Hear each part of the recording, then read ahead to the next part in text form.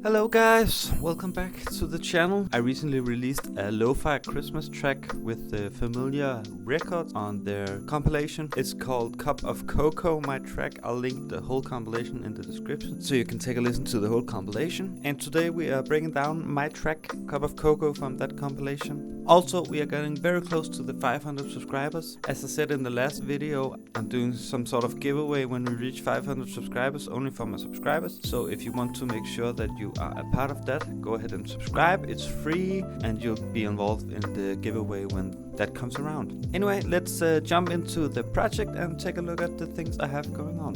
Yeah. Okay, so here we are in the project. This is what it looks like with all the things. Let's take a listen to a little snippet of it and then we'll take it from the beginning and from the top and see what we have going on.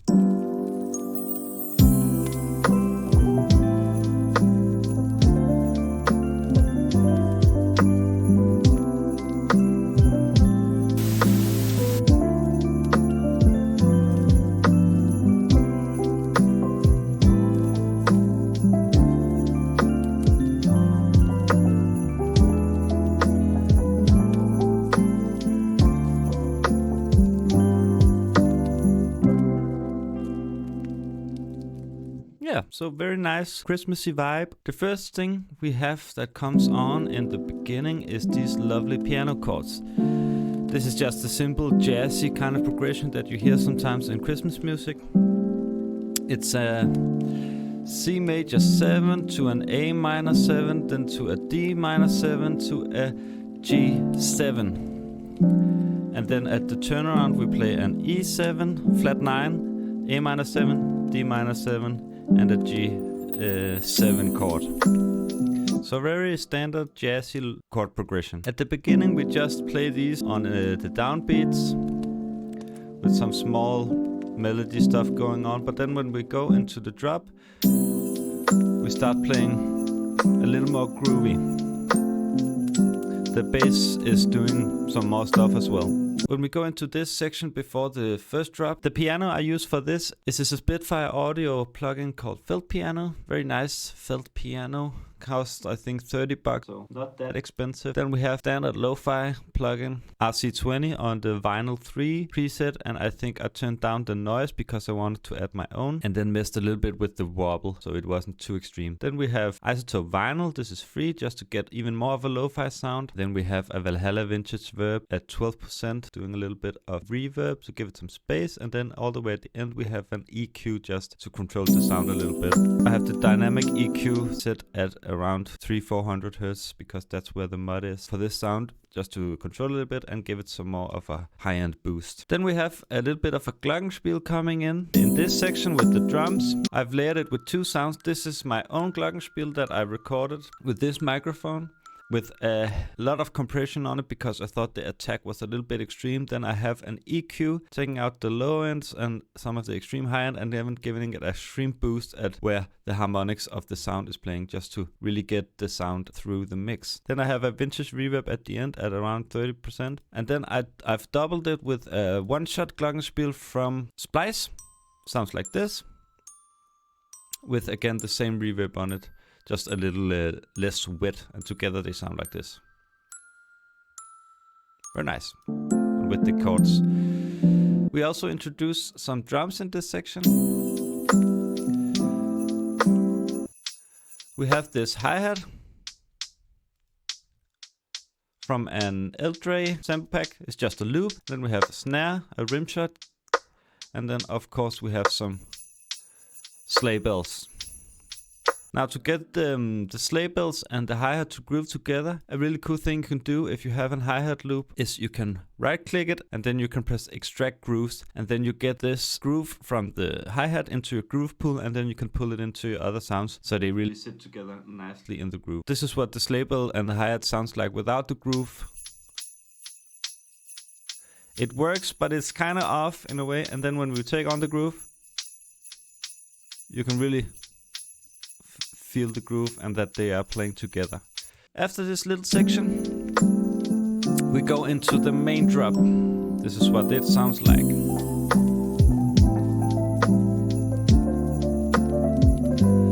At this point we introduce a little bit of the piano thing. a lead. This is just me noodling on the piano, playing a little bit of a solo. I think this was my first or second take. I wanted it to feel like, you know, a jazz song with a piano solo, so I didn't want to mess around with too much. All I did afterwards was put in a little bit of harmony somewhere and then fix some of the timing stuff. We also introduced a Rhodes, just playing the chords. This is the UAD vintage keys on the first preset that comes up. Rolling out some of the low end, some vintage verb, an auto pan at 100% so we get it all the way out, and then this TDR Nova controlling some of the low mids. We also get some kick and some bass, of course. The bass is just one of my electric basses. I think this was my P bass I played this on. I just have an amp simulator. I always use this one. It was free once, I don't know if it is anymore. I highly recommend getting it if it is free. It really adds a nice low end. This is without it. The bass is kind of thin, but then when you add it, it really brings out some of the low end. To control that though, we also add a compressor so we don't get too much more loudness than we had before that. And then at the end of the bass chain, we have a J37 tape plugin to give it some tape warmth. We also have a kick. This is just a kick from Splice. You can take a look at the name here. I've just taken out some of the high end. And then we add some Foley stuff to the drums as well. A bunch of wrapping paper, stuff like that, some ornaments, crankling. This is just from a sample pack I found on Splice called Christmas Thing. I just searched up Christmas on Splice and found some sounds that sounded nice. That's sort of for the first drop. For the transition, we have a couple different things. We have some chimes and some bells to give it a real Christmassy vibe. Also in the background for the ambience we have some fire crackling. You need that for a Christmas lo-fi track, and then we have some coffee shop chatter just to give it a really cozy vibe. After the first drop we go into a breakdown section, which is the same as the first breakdown section, just without those drums, and then we keep in the Foley as well. Then we go into the second drop where we add some more stuff. First off, I played a new solo on the piano, so it's not the same. I borrow some of the ideas from the first one, but I've played a new one, and then I've also doubled it in a lower octave to fill out some more space. Then we also add some Casio. I have a Casio piano that looks like this. It's the MT10, I think that's what it's called. No, MT70 it's called. I use this a lot. It has a cool Rhodesy sound I use a lot. Also some bells and stuff I use. The first one is this plug I used. Just playing the chords from the track, just arpeggiated. I've rolled out some of the low end, some of the high end. Then I have the standard stuff, RC20, isotope, vinyl. Then I have this, and then I have this pancake plugin that I use a lot to get some panning, and the Valhalla vintage verb at the end. We also add this Rhodesy sound. Again, taking out some of the low end, some of the high end, vintage verb, and an auto pan that goes the opposite way of the other Rhodes. So you get a really nice spread. And then at the end we have this pad from the Casio. Again, taking out some high and some low, and then adding a reverb. And then a widening plugin called Wider, just to give it some stereo width. This is free, by the way, so get it. It's very cool to get some stereo width to your sound. We also introduced a guitar, playing some jazzy chords. As you can see, I played all of these separately because I'm not that great of a guitarist, and then I've just put them together afterwards. But it works. I've taken out some of the low end and then controlled some of the low mids, added some high end from the TDR Nova. Then I have a CLA 76 compressor and a J37 on one of the preset called White Guitar. And then we have, of course, an RC20 giving it some wobble and some distortion. And then we have some decapitator just to beef it up a little bit. And then I also have this Haas effect rack to give it some stereo width. This is the sound without it, all the way in the middle.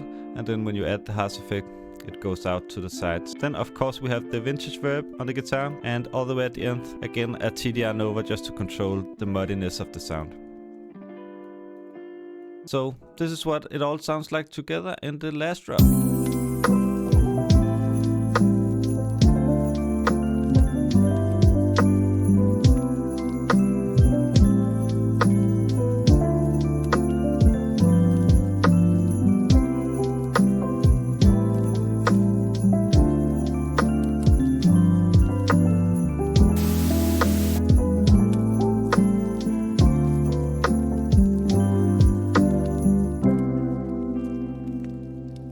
Yeah, sounds pretty good. I've also, on all the piano stuff, the solo and the stuff, I've also added the hi-hat groove from the groove pool just to make sure everything grooves together. It's a really cool thing that I don't think a lot of people actually use. I didn't use it for the longest time. But if you have a hi-hat loop that you like that isn't all the way straight like this one, extract the groove and then put it onto your other elements to make sure that they sit together nicely. Just make sure that when you do, you press the warp button and then you use the complex or the complex pro, whatever sounds the best, to make sure that you don't get any weird artifacts from shifting it around. So yeah, that's my Christmas track for this year. If you want to listen to the whole compilation, I've linked the compilation in the description. If you found any of this video helpful, consider subscribing. As I've said, when we hit 500, there's a little bit of a giveaway, so make sure you don't miss that. Also leave a comment if you have something you want to see from me, and yeah.